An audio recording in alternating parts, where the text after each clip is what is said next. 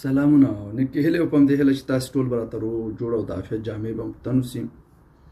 ګرانو وروڼو، لکه څنګه چې تاسو ته پته ده زه د افغانانو او پښتنو د اتفاق او اتحاد دپاره او هغه جغرافیه چې زموږ خپله ده په دغې باندې پښتانه او افغانان راټولول غواړم او دغې خلکو ته چې د دې ملک او د دغې خاورې او د دغې جغرافیې اصلي مالکان دي دغو ته سپارل غواړم چې په خپلو وسایلو باندې ژوند وکړي، خوند ترې واخلي او پرمختګ دې څخه برخمن شي. نو دلته زما دا خبرې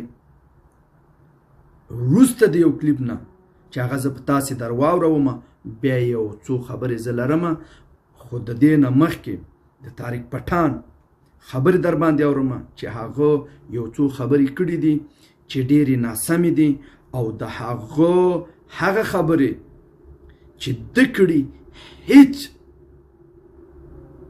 معنا نه لري او ډېرې زیاتې نادرسته دي. مخکې د دې نه چې تاسې هغه واورئ او بیا زما خبرې واورئ نو انشاءالله ډېر ښه قضاوت به وکړی شئ.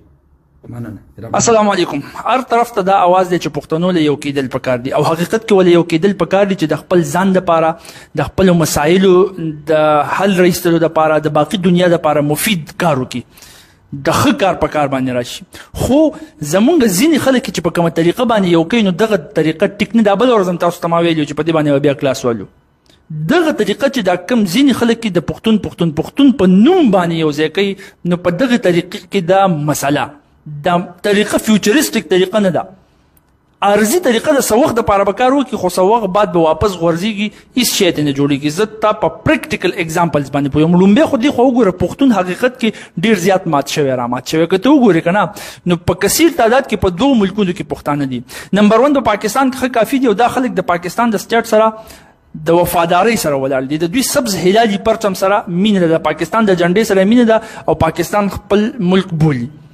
نو هغوی د پاکستان سره د پاکستان د سټیټ سره د پاکستان د جنډې سره ښه په مینه باندې ولاړ دي.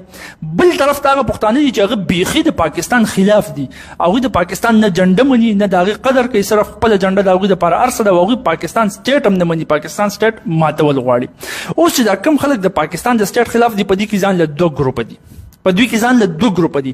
یو لوی افغانستان غواړي، هغوی وایي چې پښتانو له پکار دی چې ټول په لوی افغانستان کې شامل شي. لوی افغانستان مطلب دا چې نور ایتنیک ګروپس هم په دې کې بیا شته دی، مطلب ازبک، تاجک وغیره دا پکې نور هم شته دی. نو لوی افغانستان هغوی غواړي.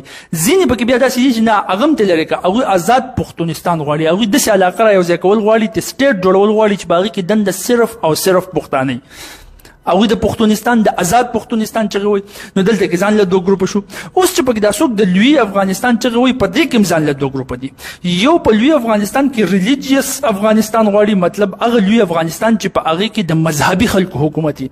په ساده زبان کې که زه ویم چې د مولا حکومت یې پکې چې اتارټي د مولا سره نو هغوی ریلیجیس لوی افغانستان غواړي، مذهبي لوی افغانستان غواړي. بل طرف ته خلک دي چې هغه کټر د دې خلاف دي، د سره مولا مني نه او نه د مولا سره اتارټي مني.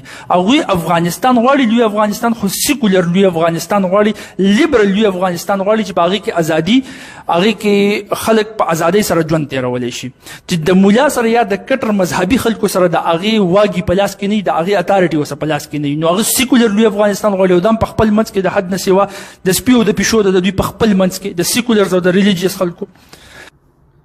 خاورونو خبره داسې ده چې اوس طارق پټان ته وایم کله چې د ستا 5 ورونه او دغه 3 د نظره واخلم او صرف 2 تا سره پاتې شي، سره د ستا د مور او پلاره تا سره پاتې شي، او دا 3 د نظره واخلم سره د دوی د جایداده، هغه جایداد چې د دوی دی او د ستاسې دی هغه نیم زه درنه راواخلم. مقصد درته ورونه هم درنه واخلم او نیم هم درنه کړم او ته څه وخت بیا د دې غوښتنه کوې چې دا زما ورونه راکړه یا پسې راشي او یا پوښتنه کوې او یا د دې جایداد، نو ته به بیا کوم پرسته یې.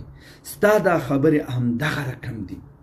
نن چې زما جغرافیه، زما لوی افغانستان، هغه چې د احمدشاه ابدالي دی، هغه چې د ټولو افغانانو دی او لر او بر چې نن یادیږي، دا په دې نه یادیږي چې لر او پنجاب، نه، دلته دا ستا خبرې د دې معنا لري او دلته ته دا ټکې دا کوي چې کمپرستي نه، په ما باندې حق د خپل ورور جوړیږي، اولیت لري چې زه باید اول د خپل ورور لاسنیوی وکړم او بیا همدا شانتې ورتېرېږم د نورې نړۍ خدمت وکړم.